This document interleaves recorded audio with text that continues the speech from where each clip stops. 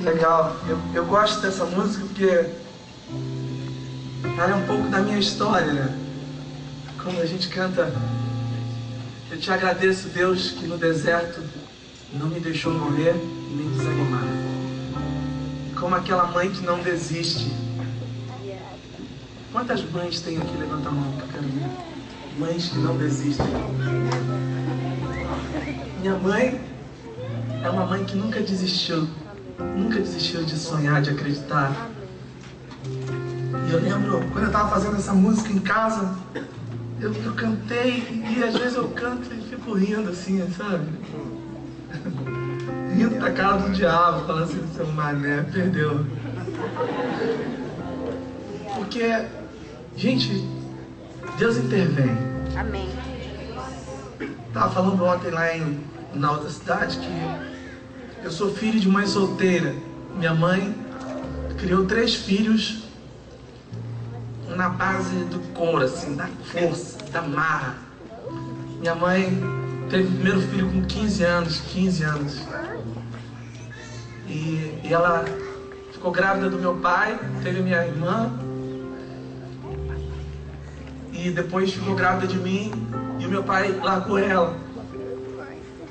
Meu pai tinha muitas mulheres e minha mãe começou a arrumar muitos homens.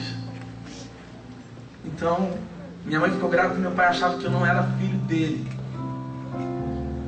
E ele foi embora e houve um mau comentário lá. Eu fui criado lá em São Gonçalo, no Rio, uma cidade chamada São Gonçalo. Minha cidade. Aí, glória a Deus. E eu fui criado num morro. Aliás, fui criado no morro a vida toda, até 19 anos de idade, fui criado em muitas favelas. Porque às vezes a gente estava morando no morro, aí minha mãe não conseguia pagar o aluguel, aí era despejada, a gente mudava para outro morro, aí alugava lá, disfarçava com cara nova. Ninguém sabia que minha mãe tinha sido despejada lá do morro, ia para outro morro, morava. Ficava 4 meses, não conseguia pagar o aluguel, despejada novamente, ia para um outro morro. E a gente foi pingando de morro em morro lá no Rio de Janeiro, favela em favela. E a gente estava queimado na favela já. Toda favela que a gente chegava, a gente dava o cano. Chegou Maria, não aluga não que ela dá o cano. E ficar queimado é o fundo do poço, né? Queimado na favela, pô. Caraca, queimado na favela, meu Deus. Tem lugar pior você não quer. Favela já, né? A gente foi queimado na favela. Favela do Rio todo, a gente tava na moda, ela era famosa na favela. Chegou, vai dar um cano. E a minha mãe teve muitos relacionamentos, ela tentou muitas vezes. Minha mãe não sabe ler, não sabe escrever, não era uma profissional de qualificação aprovada naquilo que ela fazia. E quando eu nasci, meu pai não me aceitava como filho dele. Eu fui criado, na lembrança que eu tenho da minha infância, minha mãe indo para o trabalho muito cedo e a gente morava num barraquinho assim. Um barraco que era muito pequeno, era 4x4. Quem trabalha com construção sabe que eu estou falando. 4x4. E não tinha banheiro.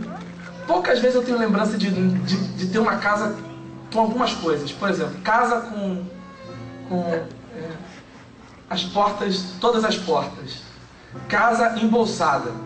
Era geralmente casa com tijolo, aquelas telhas de amianto, um piso vermelho, aquele vermelhão, e um banheiro fora, um banheiro externo que atendia a 3, 4 famílias da comunidade. E a gente passou a infância toda vivendo essa realidade, que a realidade não era só a realidade de Kleber Lucas, coitado dele. Coitado de milhões de brasileiros que vivem assim hoje. Você viaja, semana passada a gente estava em Maceió, um lugar maravilhoso. E você, a praia, aquele litoral lindo, você anda 2 quadros e você vê a realidade do povo dali. Então eu convivo muito de perto hoje com o Brasil submundo, que é uma coisa assim, muito difícil, de vida muito complicada. Mas a minha história é essa, eu fui criado lá. Minha mãe saiu do trabalho, ficava minha irmã mais velha do que eu, 2 anos, e eu em casa, o dia todo trancado em casa, e alguém chegava lá e dava um prato de comida pra gente. E às vezes minha mãe muitas vezes ela ficou desempregada, e quando ela ficava desempregada, alguém lá em casa era eleito para pedir comida na casa da Dona Olga, que era uma senhora da Assembleia de Deus que morava lá embaixo do morro, onde a gente pegava água na casa dela. E esse alguém era sempre eu, que minha irmã, a minha mãe é baixinha e é brava pra caramba. Manda, não sei o que, desmanda. A minha irmã mais velha é brava pra caramba, você não tem noção. Ela tem uma unha grande, que enfiava aquela unha em mim e me arranhava todo. E a minha irmã mais nova, que é filha de um outro relacionamento da minha mãe, é pior ainda. Todo mundo estourado lá em casa. E eu, aquele menino frágil, tímido, tinha vergonha, qualquer coisa eu tava chorando, bobão, assim. Sim, gente, eu tinha um problema sério de autoestima. Com 19 anos de idade eu estava na 4ª série do primário.